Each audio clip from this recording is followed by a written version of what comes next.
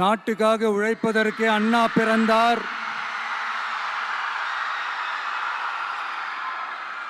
பொது நலத்தில் தானே நாள் முழுக்க கண்ணா இருந்தார்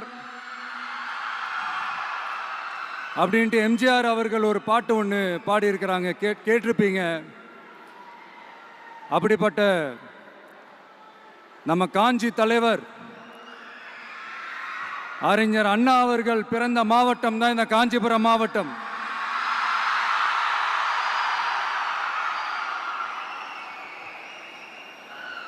தன்னுடைய வழிகாட்டின்றதுனாலேயே தான் ஆரம்பிச்ச கட்சியினுடைய கொடியில அறிஞர் அண்ணா அவர்களை வச்சவர் எம்ஜிஆர்.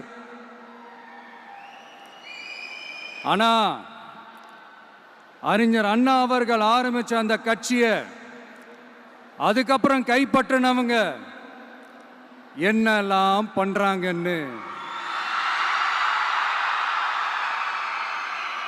நான் சொல்லிதான் உங்களுக்கு தெரியணுமா என்ன? மக்களே, உங்களுக்கு தான் அது நல்லா தெரியுமே.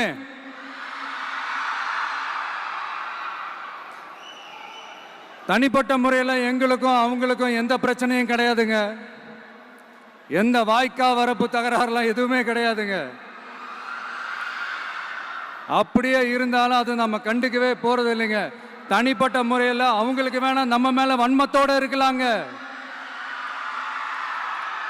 ஆனா நாமெல்லாம் அப்படி கிடையவே கிடையாதுங்க. ஆனா உங்களை என்ன நம்ம எல்லாரையும் பொய் சொல்லி நம்ப வச்சு ஓட்டு போட வச்சு ஏமாத்தினாங்கல்ல,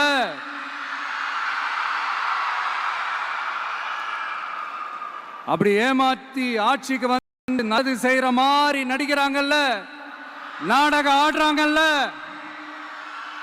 அவங்கள எப்படி நம்ம கேள்வி கேட்காம இருக்க முடியும்? அதனால அவங்கள நம்ம கேள்வி கேட்காம விட போறதே இல்லை.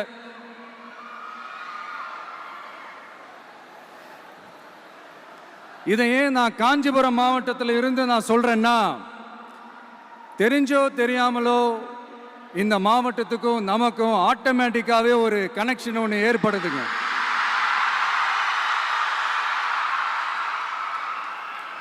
ஏன்னா நம்மளுடைய முதல் கள பயணத்தை தொடங்கினதே பரந்தூர்ல இருந்து தான்.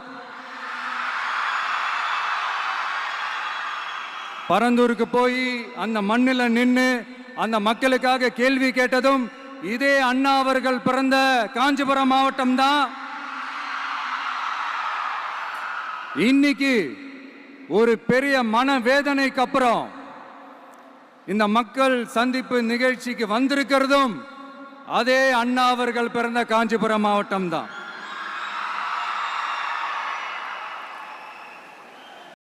நமக்கு எல்லாமும் கொடுத்த நம்ம மக்களுக்காக எல்லா நல்லதையும் செய்யணும், அதுவும் சட்டப்பூர்வமாக செய்யணும், அங்கீகாரத்தோட செய்யணும், அதிகாரப்பூர்வமாக செய்யணும், ஒட்டுமொத்த தமிழ்நாட்டு மக்களுக்கும் செய்யணும், ஒரே மாதிரி செய்யணும், ஒரே எண்ணத்தோட செய்யணும்.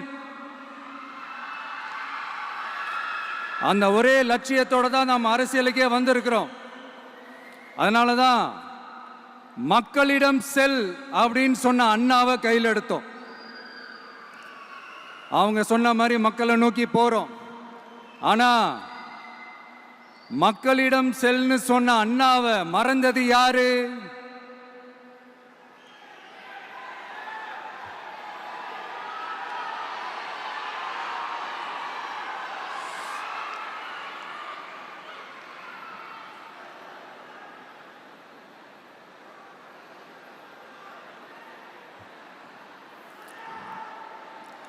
கொள்கையா? அதனப்பா கிலோ என்ன விலை என்னன்னு கேட்கிற அளவுக்கு அப்படி ஒரு கட்சியை ஒன்று நடத்திக்கிட்டு அந்த கட்சியினுடைய தலைவர் தமிழ்நாட்டு முதல்வர் சொல்றாரு, நமக்கு கொள்கை இல்லையா? எப்படி? நமக்கு கொள்கை இல்லையா? பிறப்புக்கும் எல்லா உயிருக்கும்னு ஒரு அடிப்படை கோட்பாட்டை நம்ம கட்சியினுடைய ஒரு முக்கிய கோட்பாட்டை அறிவிச்ச நமக்கு கொள்கை இல்லையா? எல்லாருக்கும் எல்லாமும் கிடைக்கணும், சமூக நீதி கிடைக்கணும். அந்த சமூக நீதி உண்மையான சமூக நீதியா இருக்கணும். சாதி வாரி கணக்கெடுப்பு நடத்தணும்னு ரொம்ப ஸ்ட்ராங்கா சொன்ன நமக்கு கொள்கை இல்லையா? CAA அறிவிச்சதுக்கு அப்புறம் அப்ப நம்ம கட்சி ஆரம்பிக்கிறதுக்கு முன்னாடியே எதிர்த்த நமக்கு கொள்கை இல்லையா? வகுப்பு சட்டத்தை எதிர்த்து உச்ச நீதிமன்றத்துக்கு முதல்ல போன நமக்கு கொள்கை இல்லையா? நீட்ட வந்தா ஒழிச்சிருவேன், நீட்ட வந்தா அழிச்சிருவேன், ஆட்சிக்கு வந்தவனே ரத்து செய்யறது நீட்ட தான், அப்படி இப்படின்னு கதையெல்லாம் விடாம கல்விய மாநில பட்டியலில் சேர்க்கணும்னு சொன்னதோட மட்டும் இல்லாம அதுக்கு ஒரு இடைக்கால தீர்வை சொன்ன நமக்கு கொள்கை இல்லையா? சமத்துவம் சம வாய்ப்புன்னு ரொம்ப ஸ்ட்ராங்கா சொன்ன நமக்கு கொள்கை இல்லையா? இப்படி கொள்கையை வெறும் பேச்சில மட்டுமே பேசிக்கிட்டு எல்லா கொள்கையும் அண்டர் கிரவுண்ட்ல அடக்கி வச்சுக்கிட்டு என்னமோ இவங்களுக்கு மட்டும்தான் எல்லா கொள்கையும் குத்தகைக்கு எடுத்த மாதிரி. இவங்க கொள்கையே கொள்ளை தானே. எப்படி? இவங்க கொள்கையே கொள்ளை தானே. இதெல்லாம் மக்களுக்கு யாருக்கும் தெரியாதுன்னு நினைச்சிட்டு இருக்கீங்களா?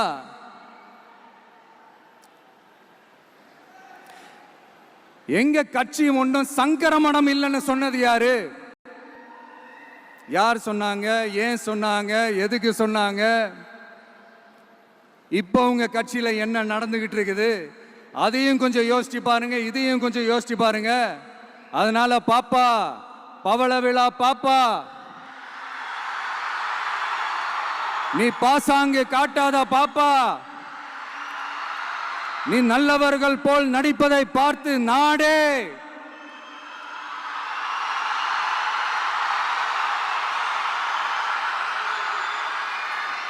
பாப்பான்னு சொன்னோம்.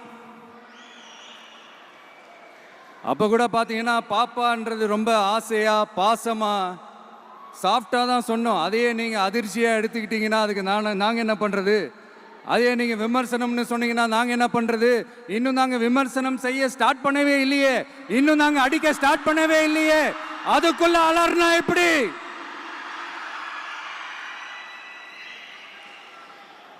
அதனால உங்க அரசவை புலவர்கள் யாராவது இருந்தாங்கன்னா கர்ச்சீஃப் எடுத்து அவங்க கண்ணீரை துடைத்து விடுங்கள். சரி, அது அவங்க பிரச்சனை, அவங்க பார்த்துக்கிட்டோம். நமக்கு எப்பவுமே மக்கள் தாங்க, மக்களுடைய பிரச்சனை பத்தி பேசுறது தான். இன்னைக்கு நம்ம காஞ்சிபுரம் மாவட்டத்துக்கு வந்திருக்கிறோம். இங்க மக்கள் ஃபேஸ் பண்ற அந்த பிரச்சனையை பத்தி நம்ம பேசி ஆகணும்.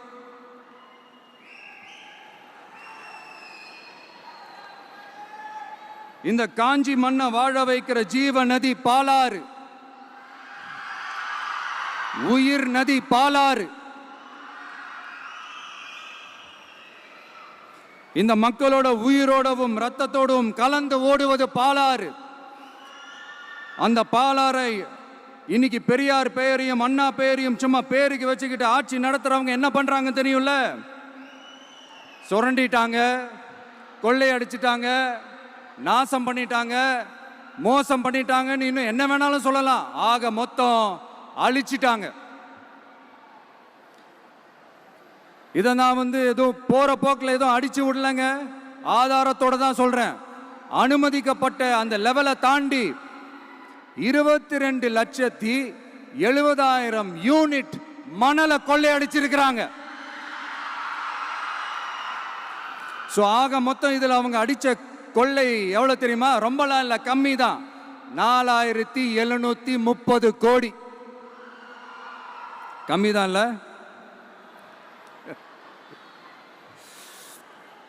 இதுக்கெல்லாம் அவங்க ஆதாரம்லாம் கேட்க முடியாது. ஏன்னா இந்த ஆதாரம்லாம் ஆல்ரெடி கோர்ட்ல இருக்குது, அமலாக்கத்துறை டிபார்ட்மெண்ட்ல இருக்குது.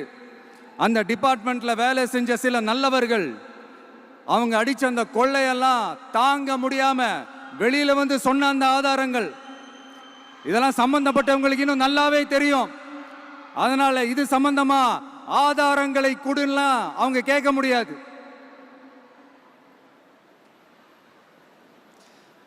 மணலை கொள்ளையடிச்சா நீர்நிலைகள் அழியும், ஏரி குளம் கண்மாய் எல்லாம் அழியும். இதெல்லாம் அழிஞ்சா விவசாயம் அழியும். விவசாயம் அழிஞ்சு போனா விவசாயிகள் அழிஞ்சிருவாங்க. ஆக மொத்தம் நாம் எல்லாரும் மொத்தமா அழிஞ்சு போக வேண்டியதுதான்.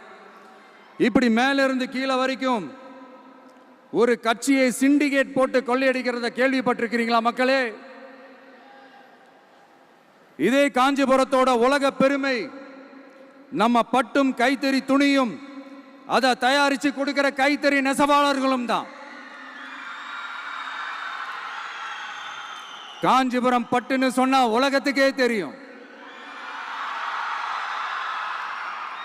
ஆனா அதை தயாரிச்சு கொடுக்கிற நெசவாளர்கள் நிலை என்ன தெரியுமா? வறுமை, துன்பம், கந்துவட்டி கொடுமை. பட்டு கைத்தறிக்கு கூட்டுறவு சங்கங்கள் இருக்கு, பருத்தி கைத்தறிக்கும் கூட்டுறவு சங்கங்கள் இருக்கு. சுமார் 40,000 பேர் அதில் உறுப்பினர்களா இருக்கிறாங்க. அது போக சாய தொழில், தறிப்பட்டறை தொழில் இதை நம்பி 40,000 குடும்பங்கள் இருக்கு. ஆனா அவங்களோட ஒரு நாள் கூலி எவ்வளவு தெரியுமா? வெறும் 500 ரூபா தான். அதை கொஞ்சம் அதிகப்படுத்தி கொடுங்கன்னு போராடி போராடி பார்த்து ஒன்றும் நடக்கல. இதோட அவங்க கஷ்டம் முடிஞ்சுதா? வடகிழக்கு பருவமழை அந்த 500 ரூபா கூலிக்கு வேட்டு வச்சிடுச்சு. எப்படி விவசாயிகள் டெல்டா மாவட்டங்களில் மழையால பாதிக்கப்பட்டாங்களோ, அவங்கள கண்டுக்காம எப்படி இந்த அரசாங்கம் கைவிட்டுடுச்சோ, அதே மாதிரி தான் நம்ம கைத்தறி நெசவாளர்களும் மழையால பாதிக்கப்பட்டிருக்கிறாங்க. அடுத்து இந்த காஞ்சிபுரம் மாவட்டத்தோட பஸ் ஸ்டாண்டு 60 வருஷத்துக்கு முன்னாடி கட்டினதான். அண்ணா அவர்கள் ஆட்சிக்கு வந்தப்போ கட்டுவாங்க போல, அது இன்னும் புதுப்பிக்க கூட முடியாம கேட்டா என்ன சொல்லுவாங்க? அந்த லேண்ட் கேஸ்ல இருக்குது. இல்ல நான் கேட்கிறேன், ஒரு கவர்மெண்ட்னால வேற ஒரு நல்ல இடத்தை தேர்வு செஞ்சு ஒரு பஸ் ஸ்டாண்ட் கட்டி தர முடியாதா?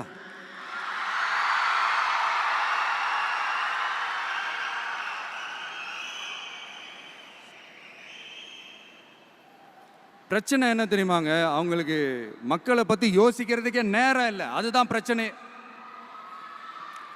அடுத்து பாலாஜாபாத் பக்கத்துல அவலூர் ஏரி இருக்கு.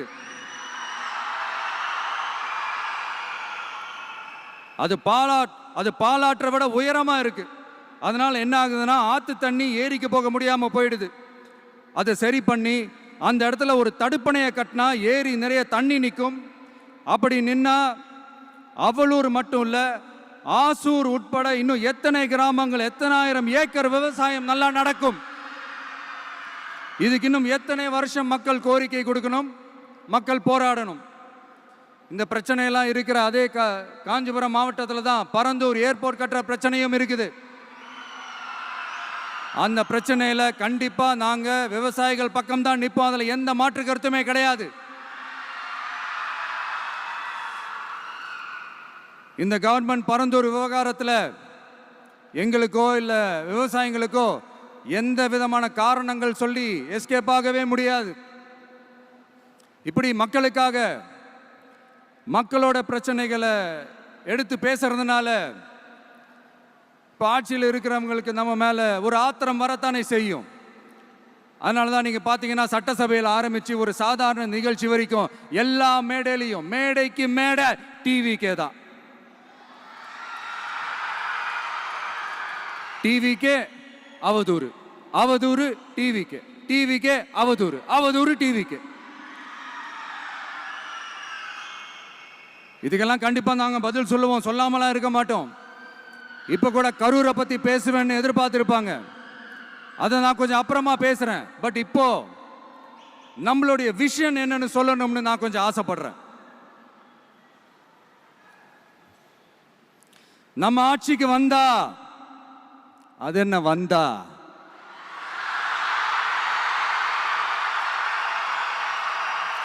வருவோம். மக்கள் கண்டிப்பா நம்மளை வர வைப்பாங்க. மக்களுக்கான ஆட்சியை மக்களே விரும்பி வர வைக்கத்தானே செய்வாங்க. அப்படி மக்களால் அமைக்கப்பட போற நம் ஆட்சியில நம்ம என்ன செய்ய போகிறோன்றது அதுக்கான அந்த தேர்தல் அறிக்கையில் அதுக்கான விளக்கத்தை டெஃபினட்டாக கொடுப்போம். பட் அதுக்கு முன்னாடி ஒரு சின்னதாக லைட்டாக நான் கொஞ்சம் அதை சொல்லணும்னு ஆசைப்படுறேன். எல்லாருக்கும் நிரந்தரமான வீடு இருக்கணும்.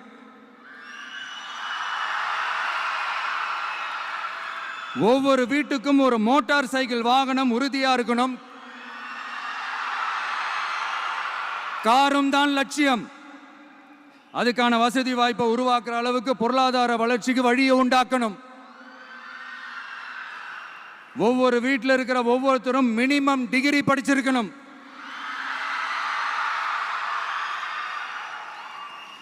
ஒவ்வொரு குறைந்தபட்சம் ஒருத்தருக்கு நிரந்தர வருமானம் கிடைக்கணும்.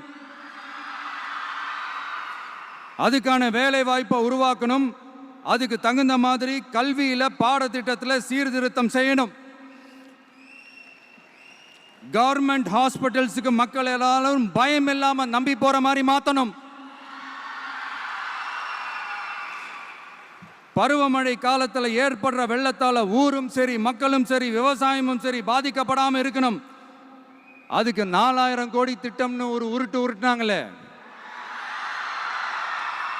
அந்த மாதிரிலாம் எதுவும் இல்லாம உண்மையான ஒரு பாதுகாப்பு திட்டத்தை உருவாக்கணும்.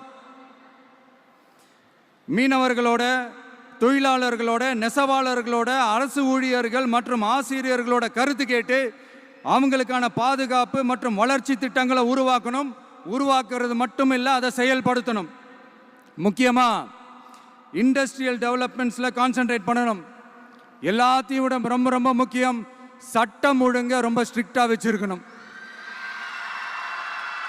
நம்மளுடைய அம்மா, அக்கா, தங்கச்சிகள், அவங்களுடைய பிள்ளைகள், குழந்தைகள் எல்லாருக்கும் பாதுகாப்பை, அதுவும் உண்மையான ஸ்ட்ராங்கான பவர்ஃபுல்லான பாதுகாப்பை உண்டாக்கணும்.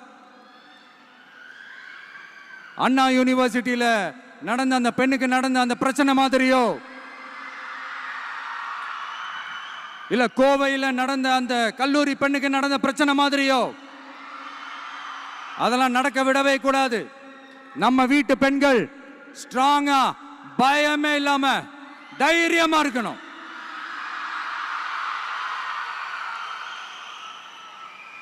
இதை எப்படி செயல்படுத்த போறோன்றது முன்னாடி சொன்ன மாதிரி நம்மளுடைய தேர்தல் அறிக்கையில் அதுக்கான விளக்கத்தை ரொம்ப டீட்டெயில்டாக கொடுப்போம்.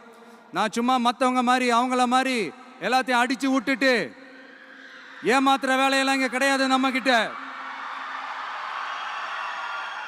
நான் மறுபடியும் சொல்றேன், நம்ம அரசியலுக்கு வந்தது உங்களுக்கு நல்லது நல்லது நல்லது மட்டுமே செய்யறது தான். எங்களுக்கு வேற எந்த அஜெண்டாவும் கிடையாது.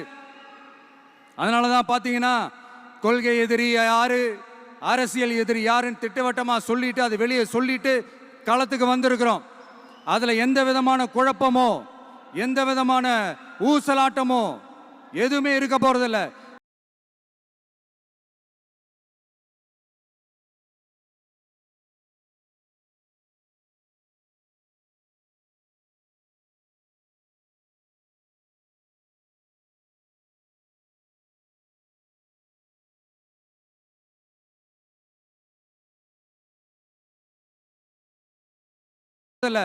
இந்த விஜய் சும்மா எதையும் சொல்ல மாட்டான். ஒன்னு சொன்னா அதை செய்யாம விட மாட்டான். அது மக்களுக்கு நல்லாவே தெரியும். அப்புறம் ஒரு அதிசயம் சொல்ல முடியாது, இது ஒரு கண்டுபிடிக்க முடியாத ஒரு உண்மைன்னு சொல்லலாம். அது என்னப்பா, அது தற்குறியா?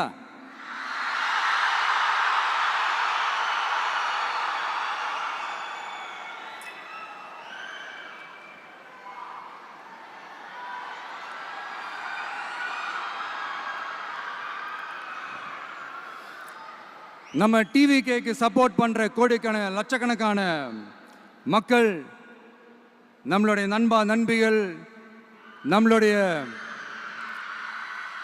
ஜென்சி கிட்ஸ் எல்லாரையும் தற்குறிகள்னு சொல்லி வாங்கி கட்டிக்கிட்டு இப்போ அவங்களாம் தற்குறி எல்லாம் கிடையாது, அப்படிலாம் அவங்கள கூப்பிடாதீங்க. அவங்க சங்கிகள்லாம் கிடையாது, அப்படிலாம் அவங்கள கூப்பிடாதீங்கன்னு சொல்லி ஒரு குரல். யாருடா அந்த குரல் அப்படின்னு பார்த்தா, இப்ப ரீசெண்டா அறிவு திருவிழான்னு ஒண்ணு நடத்தினாங்கல்ல, சாரி அவதூறு திருவிழா. அதுல அவங்க தலைமையே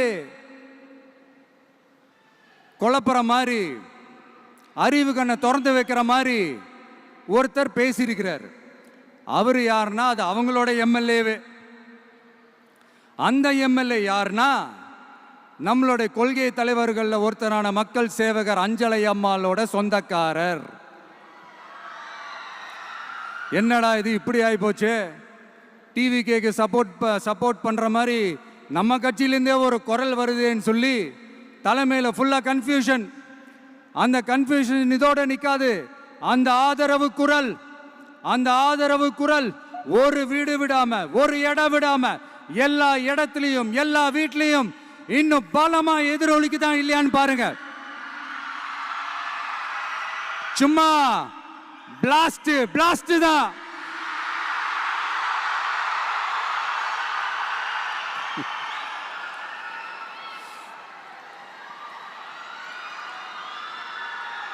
இது இன்னைக்கு நேத்தெல்லாம் நடக்கலைங்க, 1972லயே நடந்து முடிஞ்சிருச்சு. எப்போ எம்ஜிஆர் அவர்கள் கட்சி ஆரம்பிச்சாங்களோ அப்பவே அது ஒரு கூத்தாடி கட்சி.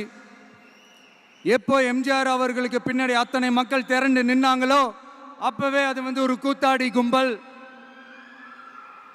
நடிகர் கட்சின்னு சொன்ன ஒருத்தர் அதுக்கப்புறம் எம்ஜிஆர் கூடயே போய் சேர்ந்துட்டாரு.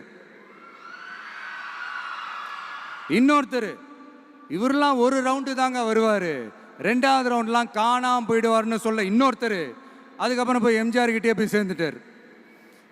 ஸோ இந்த மாதிரி இவங்க ரெண்டு பேர் மட்டும் இல்லை, ஒட்டுமொத்த தமிழ்நாட்டு மக்களும் எம்ஜிஆர் அவர்கள் கூட தானே போய் சேர்ந்தாங்க.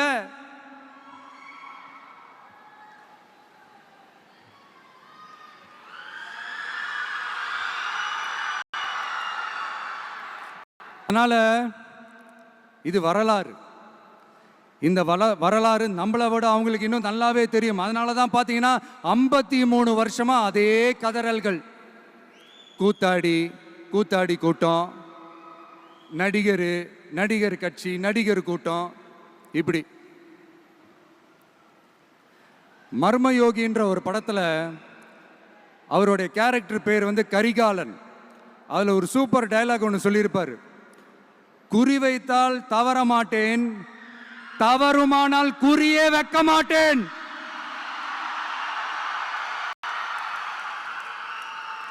இதெல்லாம் யாருக்கு சொல்றோம், எதுக்கு சொல்றோம்னு புரிய வேண்டியவங்களுக்கு புரிஞ்சா நல்லா இருக்கும்.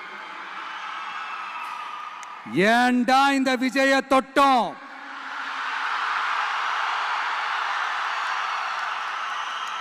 ஏண்டா விஜய் கூட இருக்கிற அந்த மக்களை தொட்டோம் நினைச்சு நினைச்சு நினைச்சு ஃபீல் பண்ண போறீங்க.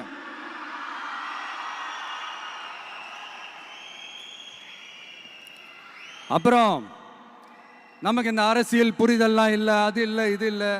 அப்புறம் நான் கேட்குறேன், மக்கள் எல்லாரும் உங்களுக்கு தற்குறிகளா?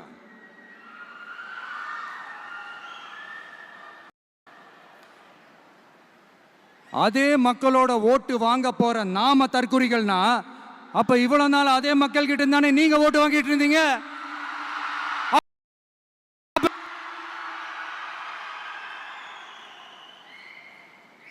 அந்த மக்களுக்கு நீங்க காட்டுற மரியாதையும் நன்றியும் இதுதானா?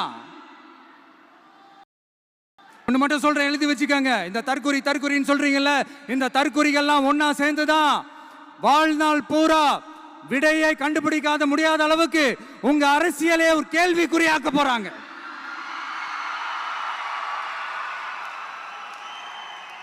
இவங்கெல்லாம் யாரும் இங்க தற்குறிகள்லாம் கிடையாது.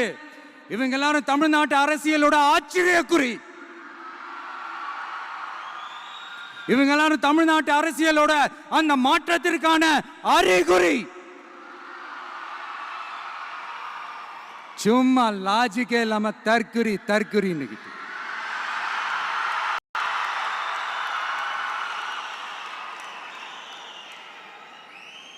நண்பா, நம்பி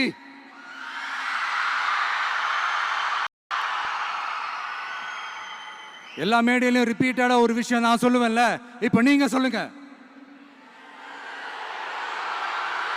ஒண்ணு, இன்னொன்னு, ரிப்பீட். ஒண்ணு, இன்னொன்னு. இந்த போட்டி எப்படி இருக்க போகுதுன்னா, மக்களோட மக்களா நிக்கிற நமக்காக மக்களே டிசைட் பண்ணி போறாங்க. My dear sir, my dear uncle,